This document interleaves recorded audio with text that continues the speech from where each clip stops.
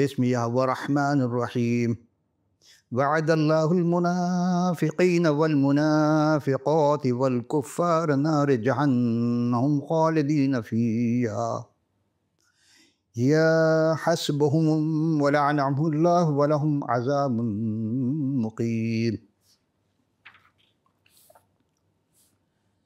وعده الله المؤمنين والمؤمنات جنات تجري من تحتها الأنهار خالدين فيها ومساكن طيبة في جنات عدن ورضوان من الله أكبر ذلك هو الفوز العظيم. صدق الہ العالمین. سورہ توبہ قرآن شریف کا 9واں سورہ ہے اور آیت نمبر 68 اور 71 یہ دو آیت ہم نے پیش کیا آپ کی خدمت میں. تفسیر بغوی جلد 2 اور صفحہ نمبر 443. سورہ توبہ کی یہ 68 نمبر آیت کا ترجمہ کچھ یوں ہے کہ اللہ نے منافق مردوں اور منافق عورتوں اور کفر کرنے والوں سے دوزخ کی آگ کا عہد کر رکھا ہے جس میں وہ ہمیشہ رہیں گے اور ان کے لیے سزائے یہ کافی ہے، اور اللہ تعالیٰ ان کو اپنی رحمت سے دور کر دے گا اور ان کو عذاب دائمی ہوگا. اور تفسیر بغوی صفحہ 444 جلد 2 سورہ توبہ آیت نمبر 72 اس میں یوں ہے کہ وعد اللہ المؤمنین والمؤمنات جنات تجری من تحتها الانہار خالدین فیہا ومساکن طیبۃ فی جنات عدن ورضوان من اللہ اکبر ذلک الفوز العظیم. اور اس میں یہ ہے کہ اللہ تعالیٰ نے مسلمان مردوں اور مسلمان عورتوں سے ایسے باغوں کا وعدہ کر رکھا ہے جس کے نیچے نہریں چلتی ہوں گی جن میں وہ ہمیشہ رہیں گے، اور نفیس مکانوں کا جو ان کے ہمیشہ باغوں میں رہیں گے. ان سب نعمتوں کے ساتھ اللہ تعالیٰ رضامندی سب نعمتوں سے بڑی چیز ہے، یہ بڑی کامیابی ہے. عزیزان ذی وقار، گزشتہ سے پیوستہ ہم نے گزشتہ نشست میں ہم نے 3 مذاہب کو ذکر کیا تھا، ہندو مت اور سکھ مت، اور ہم اس میں کئی بت پرستوں کا بھی ذکر کیا تھا کہ ان کے ہاں یہ جو عقیدہ ہے آخرت کا یا عقیدہ نجات ہے اس کے متعلق. اور آج جو ہم جو سوال لے کر آئے ہیں وہ ہے اسلام اور مسیحیت میں جو ایمان ہے، اور ایمان کے ساتھ ساتھ کیا عمل کے ذریعہ ہم نجات پا سکتے ہیں. آئیے ہم دیکھتے ہیں. ہم نے سورہ توبہ کی 2 آیت پیش کی تھی. ایک میں 68 نمبر آیت میں منافقوں کا ذکر ہے جن کو عذاب خداوندی سے ڈرایا گیا ہے، جہنم کے عذاب سے، اور دوسرا ہے مومنوں کا جس میں مرد اور عورت دونوں کو جنت عطا کریں گے. آئیے ہم دیکھتے ہیں کہ اسلام میں دو بڑے گروپ ہیں، یعنی 2 بڑے اسلام کے مذہب میں 2 بڑے ایسے فرقے ہیں یا ایسے طبقہ فکر ہے یا ایسے فقہ ہیں جو ایک اہل سنت کہلاتے ہیں، دوسرا اہل تشیع. اہل سنت میں کافی فرقے ہیں، یعنی کافی اس کے اندر فقہ ہے جس میں دیوبند اہل حدیث پہ اہل حدیث میں بہت سارے فرقے آ جاتے ہیں. اسی طرح بریلوی فرقہ اور قادیانی بھی پہلے اپنے آپ کو اہل سنت کرتے تھے لیکن اسلام میں اسے اب خارج کر دیا گیا ہے. اور جماعت اسلامی، دعوت اسلامی اور بھی بہت سارے فقہ ہیں وہاں پہ. لیکن ان سب کی جو بات ہے اس نیت کے ایمان کے اوپر نیت کے ساتھ ہے، اور اس کا نام ارکان اسلام رکھا گیا ہے جو 5 بنیادی چیزوں پر مشتمل ہے. یعنی ایمان کا ستون جو ہے وہ 5 چیز پر مشتمل ہے. یعنی نیکی کا کام جو باعث نجات ہے، یوں سمجھ لیجیے. وہ نیک کام کریں گے تو نجات ملے گی، اور اگر نہیں کریں تو نجات نہیں ملے گی. دعوت اسلامی کے امیر کا نظریہ ہے کہ کوئی شخص ایک وقت نماز قضا کر تو کروڑوں سال وہ جہنم میں جلے گا. اسے تو انہوں نے اپنے سن 80 کے زمانے میں 2 میں کہا تھا کہ جو ٹی وی دیکھے گا وہ بھی کروڑوں سال جہنم میں جلے گا. اب ہمیں نہیں پتہ وہ یہ روایت کہاں سے نقل کرتے ہیں. آئیے دیکھتے ہیں وہ 5 بنیادی اصول کیا ہے جو اہل سنن میں ہے. یعنی اہل سنت کے ہاں نمبر 1 کلمہ، پھر نماز، پھر روزہ، حج اور زکوٰۃ، یہ 5 چیزیں ہیں. اور معروف ہے یہی ہے کہ اس کی بنیاد یعنی ایمان کی بنیاد انہی 5 چیزوں پر ہے.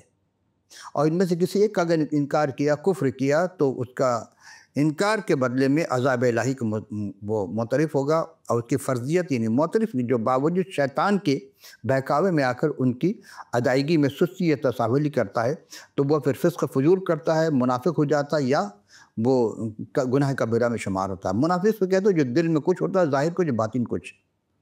ظاہر میں اپنے آپ کو اسلام ظاہر کرتا ہے لیکن ہوتا نہیں اسلام سے تعلق، تو اس کو منافق کہا گیا ہے۔ آئیے دوسرا طبقہ وہ ہے اہل تشیع۔ اہل تشیع ان کے ہاں دین کے دو اصول رکھے گئے ہیں، دو حصے ہیں۔ پہلا حصہ ہے اس کو کہتے ہیں اصول دین، دوسرا ہے فروع دین۔ اصول دین ان کے ہاں 5 ہے، جو ایمان کی وجہ تسمیہ ہے، یعنی ایمان اس 5 چیز پر ہوگا تو باقی 10 چیزیں ہوں گی۔ اگر ایمان نہیں ہے، ایک چیز وہ انکار کرے گا تو کامیابی نہیں ہوگی اس کی۔ دین اور عقل کے نظر میں، یعنی دین اور عقل کے نظر بہت کام ایسے ہیں جو معروف اور پسندیدہ ہیں۔ یہ دونوں جگہ میں بات کو اسلام کی، نماز اور دوسرے میں فروع دین، سچ بولنا، وعدہ وفا کرنا، صبر، استقلال، فقراء اور ناداروں کی مدد کرنا، عفو درگزر، امید رجا، راہ خدا میں انفاق، صلح رحم، والدین کے احترام، سلام کرنا، حسن خلق اور اچھا برتاؤ، علم کی اہمیت دینا یا علم کو اہمیت دینا، علم حاصل کرنا، خود دینی ہو یا دنیاوی۔ ہم نوع انسان اور پڑوسیوں اور دوستوں کے حقوق کی رعایت ہے۔ اسی طرح اسلام میں حجاب اسلامی کی رعایت ہے، طہارت و پاکیزگی، ہر کام کے اعتدال درمیان روی سے کرنے کے لیے، اور دیگر سینکڑوں قسم کے نمونے ہیں جو اس وقت ہم نہیں پیش کر سکتے، لیکن چند باتیں ہیں جو اسلام میں اور مسیحیت مشترک ہے ان سب میں کے ساتھ۔ اب کیا چیز ہے؟ اس کے مقابلے بہت زیادہ امور ایسے پائے گئے جنہیں دین اور عقل نے منکر اور ناپسندیدہ شمار کیا ہے، دونوں جگہ مسجد میں بھی اور اس میں بھی۔ لیکن کچھ باتیں ہیں جو ہم آگے چل کر مسجد کی بھی پیش کریں گے، لیکن پہلے پیش کر دیں مشترک کیا ہے۔ سب سے پہلے کہ اسلام میں کہ ترک نماز اور روزہ نہ رکھنا، حسد، بغض، یعنی کنجوسی، جھوٹ، تکبر، غرور، منافقت، عیب جوئی، تجسس، افواہ پھیلانا، چغل خوری، ہوا پرستی، برا بھلا کہنا، جھگڑا کرنا، امن کو نہ پھیلنے دینا یا نہ پھیلانا، اسی طرح اندھی تقلید، یتیم کا مال کھا جانا، ظلم اور ظالم کی حمایت کرنا، اور مہنگا چیز بیچنا، سستی چیز لے کر سود خوری، رشوت لینا، ذخیرہ اندوزی، انفرادی اجتماعی حقوق کو پامال کرنا وغیرہ، یہ سارے میں آتے ہیں۔ اب ہم دیکھتے ہیں کہ اسی طرح امر بالمعروف والنہی عن المنکر کی جو اہمیت ہے، پروردگار عالم مومن اور مومنات عورت آپس میں ایک دوسرے کے ولی و مددگار ہیں اور دوسروں کے نیکی کو حکم دیتے، برائی سے روکتے ہیں۔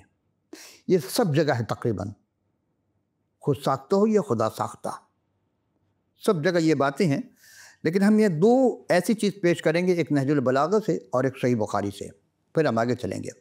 نہج البلاغہ یہ حضرت علی کرم اللہ وجہہ کی کتاب ہے، اور اس میں کلمہ کے متعلق انہوں نے 374 صفحے پر یہ لکھا ہے کہ امیر المومنین حضرت علی بن طالب ان 2 الہی فرضوں کو اسلامی احکام کا مقاصدہ گردانتے یا کہتے تھے۔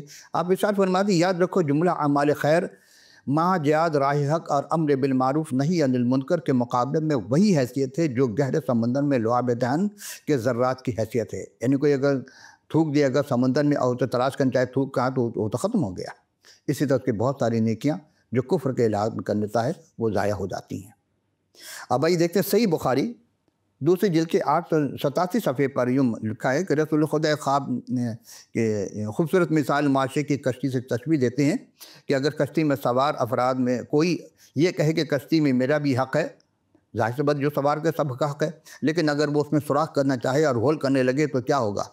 وہ خود بھی تو غرق ہوگا، دوسروں کو بھی غرق کر دے گا۔ تو ایسے میں کیا ہے کہ لوگ اس کو روکیں تاکہ وہ سوراخ نہ کرنے پائے، وہ بچ جائے گا، سوراخ نہ ہوگا تو سارے لوگ بچ جائیں گے، یعنی غرق نہیں ہوں گے۔ اور اس طرح روک دینے سے وہ خود بھی نجات پائے گا اور دوسرے لوگ بھی جو مسافر ہیں وہ بھی نجات پائیں گے۔ ایک مثال دے نجات کی، جبکہ نجات کا تعلق مسیحیت میں ایمان سے ہے۔ اگر ایمان ہے تو پھر نجات ہے، اگر ایمان نہیں تو نجات نہیں ہے۔ یہ ہم گزشتہ نشست کے پہلی یعنی آخری چند جملے میں آپ کی خدمت میں پیش کر چکے تھے۔ اور بحر الانوار کی کتاب ہے، اس کے 97 نمبر سے جلد کے 88 نمبر صفحہ پر یوں مرقوم ہے کہ اسلام صرف انسانوں کے متعلق امر بالمعروف نہیں اور نہیں عن المنکر کا حکم نہیں دیتا، بلکہ جانور کے سلسلے میں بھی کہتا ہے اور اس کو بھی اہمیت دی ہے۔ اسی طرح انہوں نے کہا کہ امام جعفر صادق جو تھے وہ بنی اسرائیل میں ایک بوڑھا عابد نماز میں مشغول تھا، اس کے سامنے اس کی نگاہ میں 2 بچوں پر یعنی کہ ایک مرغے پر مرغی کے جو پر سے وہ کھاڑ رہی 2 بچے مل کر کے، اور اسے روکنے سے منع نہیں کیا، نہیں روکا، وہ عبادت مشغول رہا، تو وہ خدا جو ہے اسی وقت زمین کو حکم دیا کہ اس بندے کو نکل جا۔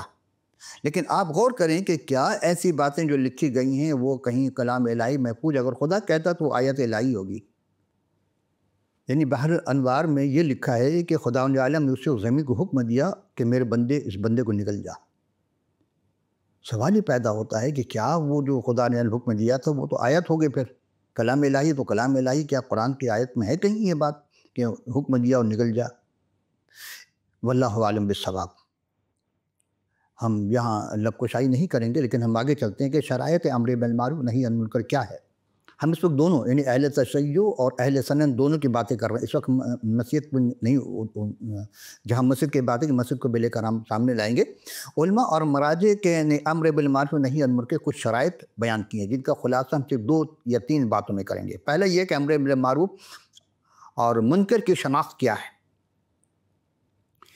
امر بالمعروف اور نہی منکر کی شناخت یہ ہے کہ صحیح طریقے سے انجام دینے کے سب سے اہم شرط معروف اور منکر ان کے شرائط، ان کے طریقہ کار کو جاننا۔ لہذا کہ کوئی شخص معروف و منکر کو نہ جانتا ہو تو کس طرح اس کو انجام دینے کی دعوت دے سکتا ہے؟ ایک سے جانتے نہیں پھر وہ دعوت دے رہا ہے کہ نہیں کرو یہ کرو۔ اب ایک شرابی ہے، وہ آ کر کہے گا یہ شراب پیے بہت ثواب کا کم ہے، کیا کوئی مان سکتا ہے؟ نہیں مانے گا۔ اسی طرح منشیات، کوئی بھی قسم کی منشیات کو استعمال کرتا ہو، اگر وہ کہے کہ یہ جائز ہے تو یہ غلط ہے، حالانکہ پیٹ بھر کے کھانا بھی جائز نہیں ہے، اس سے کوئی غنودگی آئے گی اور یاد الہی سے غافل ہو جائے گا۔ تو وہ انجام دینے کی دعوت دے سکتا ہے یا اس کو روک سکتا ہے۔ ایک ڈاکٹر یا طبیب اسی وقت بیماری کا صحیح علاج کر سکتا ہے جب تک کہ اس کو درد اور اس کے نوعیت کے اسباب کے عوامل سے آگاہ نہ ہو، پڑھا نہ ہو، جانتا نہ ہو، پریکٹیکل نہ کیا ہو، صرف تھیوری پڑھا ہو، تو پھر وہ اس کو بھی دشواری ہوگی۔ دوسری چیز، تاثر کا احتمال اور امکان کیسے ہوگا۔ امر بالمعروف اور نہی منکر کی 2 شرط امر اور نہی کے تاثر کے امکان اس وقت پایا جاتا ہے جب امر بالمعروف اور نہی عن المنکر ایک بیکار اور بے مقصد کام نہیں ہے۔ کوئی کہتے نہیں تو میرا کام نہیں، فلاں کا کام ہے، نہیں، یہ غلط ہے۔ سب کے لیے ہے کہ امر بالمعروف اچھائی کو پھیلائے، برائی کو روکے، بلکہ کمل ہے اور حساب کتاب اور خاص قوانین اور شرائط ہے۔ اس فریضہ کی اہمیت اس حد تک ہے کہ خداوند متعال نے تاثیر نہ رکھنے کے کوئی قوی گمان کے باوجود بھی امر بالمعروف اور نہی عن المنکر کا واجب قرار دیا ہے۔ اسی بنا پر مراجع تقلید فرماتے ہیں کہ یہاں تک کہ اگر ہم بہت زیادہ احتمال دیں کہ فلاں مقام پر امر بالمعروف اور نہی عن المنکر کا اثر نہ ہوگا، اس کا وجوب انسان کے گردن سے ساقط نہیں ہوگا۔ لہذا اگر گمان رکھتے ہیں کہ امر بالمعروف اور نہی عن المنکر کرنا اثر انداز ہوگا تو ایسی صورت میں اس پر عمل کرنا واجب ہے۔ یہ سننے میں عجیب معلوم ہو رہا، لیکن اگر آپ پریکٹیکل لائف میں جائیں گے تو اس وقت آپ کو بہت زیادہ مشکلات کا سامنا ہوگا۔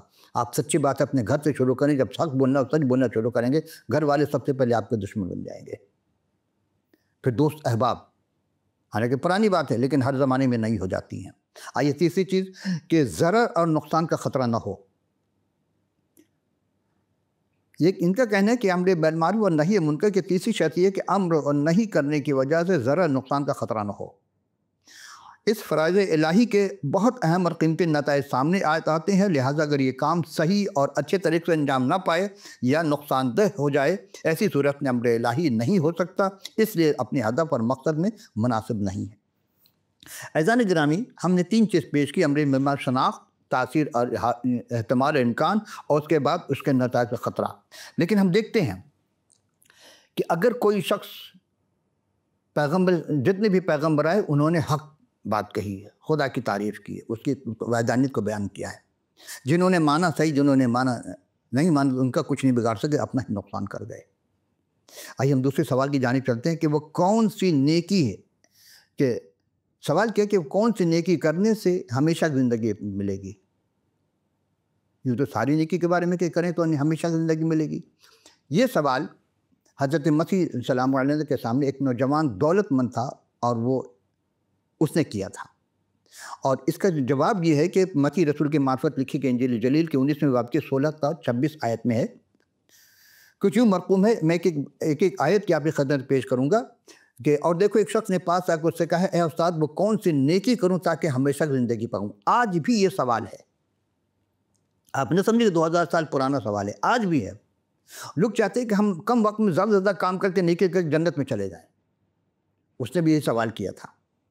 تو مطلب اس واقعے میں ہمیں متضاد باتوں کا مطالعہ کرنے کا شرف حاصل ہوا. اس واقعے سے قبل ہم دیکھتے ہیں کہ مولا کائنات آسمان کی بادشاہی میں بچوں کے معنی ہونا بتاتے ہیں، اور بڑوں میں اس کا داخل ہونا کتنا مشکل ہے. ایک دولت مند شخص مولا کائنات کی خدمت اقدس میں پاس آ کر کے بظاہر بڑی نیک نیتی سے ایک سوال پوچھا. اب وہ سوال کیا تھا؟ اے استاد، میں کون سی نیکی کروں کہ ہمیشہ زندگی پاؤں؟ عزیز، جیسے جو ہم نے عرض کی، یہ سوال بظاہر 2000 سال پرانا ہے، لیکن آج بھی اپنی جگہ برقرار ہے، اور ہر ایک کے ذہن میں، خواہ وہ خواندہ ہو یا ناخواندہ، کیا عالم ہو یا کیا جاہل، کیا حاکم ہو یا کیا رایا، کیا امیر ہو یا غریب، سب کے اذہان میں، ذہنوں میں اس نجات کے لیے یہی سوال گونجتے ہیں کہ میں کون سا کام کروں کہ نجات مل جائے، ہمیشہ زندگی پاؤں، جنت میں چلا جاؤں. اس سوال سے ظاہر ہے کہ حضور معلیٰ کی ذات والا راہ اور زندگی کی حقیقت سے ناواقف اور نجات کی راہ کو نہیں جانتا تھا. اس نے عالم کائنات کو استاد کہہ کر عام استادوں یا دوسرے بڑے آدمیوں کی سطح پر لے آیا. وارث حیات ہمیشہ کی زندگی میں کا ذکر ایسے کیا جیسے یہ بخشش نہیں بلکہ قرض وصول کرنے کی بات کر رہا ہے. اور 17ویں آیت میں انہوں نے، یعنی کہ مسیح نے جواب دیا، اس سے کہا کہ تو مجھ سے نیکی کے باب کیوں پوچھتا ہے؟ نیک تو ایک ہی ہے. اگر تو زندگی میں داخل ہونا چاہتا ہے، یعنی ابد زندگی میں، تو حکم پر عمل کر. اب 2 حکم ہیں. تشریح کی آقا مولا کائنات نے تشریح ان دونوں نکات کے ہمیں سمجھانے کے لیے اسے اچھی طرح سے ٹٹولا. ہمیں بھی ٹٹولا جاتا ہے. اس کے سوال کرنے پر آپ نے خود سوال کے لیے خلوص سے پوچھا کہ تو مجھ سے نیکی کی بابت کیوں پوچھتا ہے؟ نیک تو ایک ہے، یعنی خدا وحدہ لا شریک. یہاں حضور مسیح کی اپنی الوہیت سے انکار بظاہر نظر آ رہے ہیں، لیکن اس شخص کو یہ کہنے کا موقع فراہم کر رہے ہیں کہ اس لیے کہ تجھے نیک کہہ رہا ہوں کیونکہ تو نیک ہے، یعنی کہ ہم نے تمہیں کوئی برائی نہیں دیکھی، اور نیک تو خدا ہے. ٹھیک. اب اس کے اس سوال کے جواب میں جو قیامت تک آنے والے لوگوں کے اذہان میں عکاسی کرتا ہے، یا عکاسی کر دے گا، اس نوجوان سے قیامت اور زندگی نے فرمایا کہ اگر تو زندگی میں داخل ہونا چاہتا ہے تو حکم پر عمل کر. منہج عالمی کا مطلب ہرگز یہ نہیں کہ انسان حکموں پر عمل کر کے نجات پا سکتا ہے. پھر مسیح شریعت کو استعمال کر کے اس نوجوان کے دل میں گناہ کا احساس پیدا کرنا چاہیے کہ جب انسان سمجھ لے کہ میں گناہ گار ہوں تو پھر وہ آسانی سے اپنے گناہ سے توبہ کرے گا اور اس مقام پر پہنچنے کی کوشش کرے گا. اس وقت نوجوان ابھی تک اسی غلط فہمی میں مبتلا تھا جیسا آج ہم سب ہیں. اس نے کہا کہ میں اعمال کے اصول پر عمل کر کے بادشاہ کے وارث بن سکتا ہوں. چنانچہ وہ اسی شریعت کی فرما برداری کرتا رہا جو کہتی ہے کہ کرو تو وہ کرتا ہے، اور کہا کہ نہ کرو تو نہیں کرتا ہے. آج بھی ہم دیکھتے ہیں کہ شریعت ہمیں کہتی ہے کرو تو ہم کرتے، نہیں کرو تو نہ کرو. لیکن 19ویں باب کی 18 سے 20 آیت میں ہے کہ اس نے کہا کہ کون سا حکم پر؟ تو حضرت مسیح نے فرمایا خون نہ کرنا، زنا نہ کرنا، چوری نہ کرنا، جھوٹی گواہی نہ دینا، اپنے ماں باپ کی عزت کر، اپنے پڑوسی کے مانند محبت کر. کیا آج ہم ہیں اس 5 باتوں میں؟ پورا معاشرہ اسی کے لپیٹ میں ہے، خواہ وہ بڑے سے بڑا عہدیدار کیوں نہ ہو، سب اسی لپیٹ میں ہیں. خون کرتے ہیں اور فخر کے ساتھ کرتے ہیں، زنا کرتے ہیں فخر کے ساتھ، چوری کرتے ہیں کرواتے ہیں فخر کے ساتھ، جھوٹی گواہی دیتے ہیں دلواتے ہیں فخر کے ساتھ. لیکن جب ماں باپ کی عزت کی بات آتی ہے تو دوسرے کے ماں باپ کی عزت نہیں کرتے ہیں. اگر ان کے ماں باپ کے ساتھ ہو تو وہ پھر لڑنے کے تیار ہو جاتے ہیں، اور پڑوسی کا حق تو ادا ہی نہیں کرتے، اس کی زمین کو غصب کر لیتے، اس کی چیزوں کو ہڑپ کر جاتے ہیں. تو اس نوجوان نے اس سے کہا کہ میں نے اس سب پر عمل کیا ہے، اب مجھ میں کس بات کی کمی ہے؟ تو حضرت مسیح ان 10 احکامات میں سے جو 5 احکام اس نے بتائے ہیں، بنیادی طور پر ہم جس انسانوں کے ساتھ سلوک کرنے کا تعلق سے بہت گہرا تعلق رکھتا ہے، اور سب اس پر عمل حکم ہے. کیا آپ جانتے ہیں کہ وہ کون سا حکم ہے؟ جی، وہ حکم، دوسرا حکم ہے کہ اپنے پڑوسی سے اپنے مانند محبت رکھ. کیا ہم رکھتے ہیں؟ غور کیجئے کہ ہر کوئی اپنے دل میں اس بات کو کہ کیا ہم اپنے پڑوسی سے اپنے مانند محبت رکھتے ہیں؟ نہیں عزیزو. تو پھر ہم کہاں ہیں؟ وہ شخص بھی جس طرح ہم میں اکثر اسی مرض میں مبتلا ہیں، یعنی وہ شخص اپنی خود غرضی کے طرف سے آنکھیں بند کی ہے. ہم سب بھی خود غرضی کے ساتھ سے آنکھیں بند. بھائی پڑوسی کا معاملہ وہ جانے ہو جائے، ہم کیا کریں وہاں پہ؟ اگر کوئی پڑوسی کے ساتھ گواہی دینا چاہتا تو ہم جھوٹی گواہی دینے تیار ہیں، سچی گواہی کبھی نہیں دیتے. 21ویں آیت میں ہے کہ مسیح یسوع نے اس سے کہا کہ اگر تو کامل ہونا چاہتا تو جا اپنا مال اسباب سب بیچ کر غریبوں کو دے، تجھے آسمان پر خزانہ ملے گا اور میرے پیچھے ہو لے. اس آیت میں مولا نے صرف اس نوجوان ہی کو نہیں بلکہ قیامت تک آنے والے ہر انسان کو جھنجھوڑ دیا ہے، ہر اس دولت مند کو جھنجھوڑ دیا ہے کہ وہ سامان جو اس کے پاس ہے وہ بیچ کر کے غریبوں کی مدد کرے، اور وہ اپنے پڑوسی سے اپنے معنی محبت نہیں رکھتا۔ اس کا مطلب یہ نہیں رکھتا تھا، ہم بھی نہیں رکھتے ہیں۔ اس مقصد کے لیے خدا نے اسے کیا کہا؟ حضرت مسیح نے اسے کہا کہ اپنا مال و اسباب بیچ کر غریبوں کو دے، تجھے آسمان پر خزانہ ملے گا اور میرے پیچھے ہو لے۔ سوال ہی پیدا ہوتا ہے، کیا واقعی مسیح یہی مقصد تھا کہ وہ اپنی محنت سے کمائی ہوئی چیزوں کو بیچ کر خیرات کر کے نجات پا سکتا ہے؟ نہیں، ہرگز نہیں۔ تو پھر کیوں کہا؟ اسے ٹٹور لیتے، کیونکہ نجات پانے کے لیے ایک ہی طریقہ ہے، خدا پر ایمان لانا۔ لیکن اس آیت مبارکہ میں نجات پانے کے لیے یہ اشارہ ملتا ہے کہ انسان تسلیم کرے کہ میں نے گناہ کیا اور خدا تعالیٰ پاکیزہ مطالبات کو پورے کرنے میں ناکام رہا ہوں میں خدا سے۔ تو دولت مند شخص اپنی دولت میں کسی کو بھی شریک کرنے کا آمادہ نہیں تھا، بلکہ غریبوں کا دولت ہڑپ کر جاتا ہے۔ اور ہمارا پورا معاشرہ بلکہ حکومت وقت تک آپ دیکھ لیں کہ کیا کچھ نہیں ہو رہا ہے۔ عزیزو، جس سے ثابت ہوتا ہے کہ اپنے پڑوسی سے اپنے معنی محبت نہیں رکھتا، اسے یوں کہنا چاہیے کہ خدا اگر یہی شرط کیونکہ تو میں گناہ گار ہوں، اپنی کوشش سے آپ اپنے آپ کو نہیں بچا سکتا۔ اور یہی سوال آج تک اور قیامت تک آنے والے لوگوں کے لیے ہے کہ ہم اپنی کوشش سے نہیں بچا سکتے۔ آپ مذہب کا سہارا لے کر، مذہب پہ دین پہ کام کر کے، دین کا نام لے کر کے کام کریں گے نہیں، اگر ایمان نہیں ہے تو کچھ بھی نہیں۔ تو عزیزو، اس منجر عالمین نے اسے نجات کا راستہ مل گیا تھا، بتا بھی دیا کہ جب آج اپنے ارد گرد معاشرے پر نگاہ کرتے ہیں تو کیا ہمیں مجھ سمیت سب سے بڑے زور شور سے نیک اعمال کو بجا لانے کا سوال ہم کرتے رہیں، مگر اپنے گناہ کے اقرار نہیں کرتے۔ تو خداوند نے خطا کار اور گناہ گار ہوں، مجھ پر رحم کر عنایت کیجیے اور آپ جیسا ویسا بنا دیجیے۔ ہم یہ نہیں کہتے کہ جیسا خدا پروردگار تو چاہتا ویسا ہی بنا، ہم چاہتے کہ ہم جیسا چاہتے تو ویسا بنا۔ تو ایسے کیسے ہو سکتا ہے؟ 22ویں آیت میں ہے کہ مگر وہ نوجوان یہ بات سن کر غمگین ہو کر چلا گیا کیونکہ بڑا مالدار تھا۔ وہ شخص کس حالت میں گیا؟ نعرے مارتا ہوا، اللہ اکبر نعرہ لگایا ہوگا، یا ناچتا کودتا خوشی سے گیا ہوگا؟ نہیں، غمگین ہو کر گیا کیونکہ مالدار تھا۔ اور یہاں فرمایا حضور نے کہ کل بہت بڑے بڑے مالدار آئیں گے مگر خداوند اسے پہچاننے سے انکار کر دیں گے۔ سوچ لیا آپ نے؟ سوال ہی پیدا، کس کا اور کیوں خدا تعالیٰ کے بعد آخری سوال، اس کے بعد ہم آپ سے اجازت چاہیں گے کہ کس کا اور کیوں خدا تعالیٰ کی بادشاہی میں یعنی جنت میں داخل ہونا مشکل ہے؟ تو 23 سے 24 آیت میں مسیح نے اپنے شاگردوں سے کہا کہ میں تم سے سچ کہتا ہوں خداوند دولت مند کا خدا کے بادشاہی میں داخل ہونا مشکل ہے، اور پھر میں تم سے کہتا ہوں اونٹ کا سوئی کے ناکے میں ان سے نکل جانا اس سے آسان ہے دولت مند کا خدا کی بادشاہی میں داخل ہونا۔ عزیزو، اس دولت مند شخص کے طرز عمل کو دیکھ کر مسیح نے کیا کہا کہ میں تم سے سچ کہتا ہوں کہ دولت مند کے خدا کے بادشاہی میں داخل ہونا مشکل ہے، کیونکہ اپنی دولت سے محبت رکھتا ہے، اور دولت میں اکثر و بیشتر ایسے بت بن جاتے کہ انسان اسی بت پر تکیہ کرنے لگتا ہے کہ میرے پاس دولت ہے میں ہی تو کر لوں گا، میرے پاس دولت ہے میں یہ کر لوں گا، میرے پاس اتنے خزانے باہر ملکوں میں ہیں، میرے پاس اتنے ساری چیز سب کچھ لوں گا۔ لیکن مجھے عالمین نے اعلان کیا کہ اونٹ کا سوئی کے ناکے سے نکل جانا آسان ہے، دولت مند کا خدا کی بادشاہی میں داخل ہونا ناممکن۔ یہاں میں دیکھتا ہوں کہ خداوند نے اس آیات میں ایک صنعت ادبی سے مبالغہ کیا ہے، جس کے بات کو بڑھا کر چڑھا کر بیان کیا جاتا ہے کہ واضح اور بالمقابل فراموش کر دیا۔ اور حقیقت یہی ایک محاورہ ہے کہ اونٹ سوئی کے ناکے سے نہیں نکل سکتا۔ اکثر مفسرین کہتے ہیں کہ سوئی کا ناکہ شہر کے بڑے پھاٹک کو کہا جاتا ہے۔ بڑے پھاٹک میں چھوٹا پھاٹک ہوتا ہے، اور وہاں سے گزرنا اونٹ کے لیے بہت مشکل ہے، اور وہ چھوٹا پھاٹک جو ہوتا ہے وہ عام انسانوں کی راہ گزر ہوتی ہے۔ عزیزو، ہم سب اس چھوٹے پھاٹک میں پھنسے ہوئے، چونکہ خیر کی طرف جانے کے لیے راہ بہت تنگ ہے، لیکن برائی سے جانے کی راہ بہت کشادہ ہے۔ عزیزان گرامی، شاگرد یہ سن کر حیران ہوئے، کہنے لگے پھر کون نجات پا سکتا ہے؟ عزیزان، سوال یہ پیدا ہوتا ہے کہ شاگرد تو یہودی تھے اور حضرت موسیٰ کلیم خدا کی شریعت پر، احکام پر، آئین پر کے تحت زندگی گزار رہے تھے۔ ان کا عقیدہ تھا کہ نیکی کے وسیلے سے نجات ملے گی، اور یہی اسلام کا بھی نظریہ ہے کہ ہم جتنا نیکی کریں گے، نیک اعمال کریں گے، ہمیں نجات مل جائے گی، ہمیں سفارش مل جائے گی، جس کے مطابق شریعت پر عمل کرنے والوں کے لیے خدا تعالیٰ نے خوشحالی کا وعدہ کیا تھا۔ چنانچہ وہ بدوجہ طور پر سمجھتے تھے کہ خوشحالی یا دولت خدا کی برکت کا ثبوت ہے، اور اگر خدا کی برکت سے محفوظ ہونے والے نجات نہیں پا سکتے تو آخر کون نجات پا سکتا ہے؟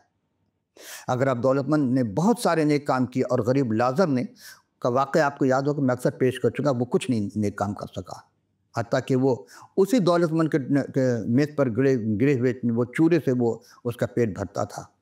لیکن جب وہ مر گیا اور امیر بھی مر گیا اور اس کو دیکھا کہ حضرت ابراہیم علیہ السلام کی گود میں ہے، تو وہ لازر ابراہیم علیہ السلام کی گود میں ہے، لیکن وہ امیر آدمی کہاں گیا؟ وہ جہنم میں۔ اور وہ کہتا ہے کہ چونکہ آرڈر دینے کا اس کا اسٹائل تھا، انداز تھا، اس نے اس وقت بھی حضرت ابراہیم علیہ السلام کو آرڈر دیا، کہا کہ اسے کہیں کہ اپنے انگلی کا سرا پانی میں تر کر کے میرے منہ میں ڈالے، حالانکہ کہہ سکتا تھا کہ ہم یہاں سے نجات دلائیں۔ بس عزیزو 26ویں آیت اور آخری آیت کہ مسیح نے اس کی طرف دیکھ کر کہا کہ یہ آدمیوں سے تو نہیں ہو سکتا، لیکن خدا سب سے سب کچھ ہو سکتا ہے۔ اگر کوئی سمجھتا ہے کہ یا اس کو سمجھا دیا گیا کہ تم کلام پاک کو حفظ کر لیا ہے تو بہت مبارک ہو۔ اکثر دیکھتا ہوں لوگ کہ جی میں نے حفظ کر لیا، میں نے یہ بچے نے حفظ کر لیا، جس کو مبارکباد دی جائے، اور بہت اچھا کام حفظ کیا، لیکن کیا وہ سمجھ کے حفظ کرتا؟ استاد نے سمجھ کر حفظ کرایا؟ نہیں، استاد بھی بے عمل ہے، شاگرد بے عمل ہو گیا۔ سب نہیں، لیکن اکثریت ایسا ہی ہے۔ اور چونکہ وہاں نظر ہے کہ اپنے سے 7 افراد کو جنت میں لے کے جائے گا، جس نے حفظ نہیں کیا وہ سب گنہگار ہیں کیا؟ اس آیت کے مطابق انسانی لحاظ سے نجات پانا ناممکن ہے، چونکہ آیت قرآن میں کہیں نہیں کہ حفظ جو کرے گا وہ نجات پائے گا اور 7 افراد کو نجات دلائے گا۔ صرف خدا کی روح ہی روح کے سے نجات دے سکتا ہے، لیکن دولت مند شخص کسی اپنے لیے مرضی سے مسیح کے تابع نہیں ہو سکتا، نسبتاً مشکل ہوتا ہے۔ اس کا ثبوت یہی ہے کہ بہت سے کم امیر لوگ مسیح میں آتے ہیں، ان کا اعتماد دیدنی چیزوں پر ہوتا ہے، انہیں چھوڑ کر نادیدنی منجے پر بھروسہ کرنا، ایمان لانا مشکل ہے، اسی لیے وہ نہیں ایمان لاتے ہیں۔ اگر لاتے ہیں تو بظاہر دکھاوا ہوتا ہے، جبکہ جو غریب ہوتا ہے وہ دل سے ایمان لاتا ہے، اور وہی اس کا ایمان لانا مسیح پر اس کے نجات کا باعث بنتا ہے۔ نیک اعمال نجات نہیں دلا سکتا۔ آج کی گفتگو، مسیح نے کہا تھا تم زمین پر اپنے خزانہ جمع کرنے سے واضح طور پر منع کر دیا ہے۔ اگر ہم نے خزانہ جمع کر رکھا ہے تو ہمیں مجرم ٹھہرایا جائے گا، تو ہمیں خزانہ کہاں جمع کرنا ہے؟ آسمان پر۔ وہاں نہ چوری ہو سکتا، نہ ڈاکہ ڈل سکتا، نہ کیڑے کھا سکتے ہیں، نہ ہی کہیں کوئی سیلاب میں بہ سکتا ہے۔ تو حضرت مسیح کے ذات برباد جن کی آمد ثانی ساری دنیا کی منتظر ہے۔ بس عزیزو، کیا آپ منتظر ہیں؟ ان پر ایمان لا سکتے ہیں؟ اپنے دل سے پوچھئے، اپنے آپ سے پوچھئے، مت دیکھیے کہ کون کیا کہہ رہا ہے۔ یہ آپ کا اپنا ایمان ہوگا اور یہی ایمان آپ کو نجات دلائے گا۔ عزیزو، اب دامن وقت میں گنجائش نہیں ہے، اسکرین پر فون نمبر، واٹس ایپ، ای میل، ٹیلی فون نمبر، فیس بک وغیرہ دکھائے جا رہے ہیں، تو آپ اپنا پورا پتہ ہمیں لکھ بھیجیے، ہم آپ کی خدمت میں کتاب مقدس فی سبیل اللہ ارسال کر دیں گے۔ اس پروگرام کے متعلق آپ اپنا فیڈ بیک ضرور دیجیے گا۔ آئندہ نشست میں پھر حاضر ہوں گے، اس وقت کے لیے اجازت، نئے سوالات، نئے جوابات لکھیے۔ خدا حافظ و ناصر۔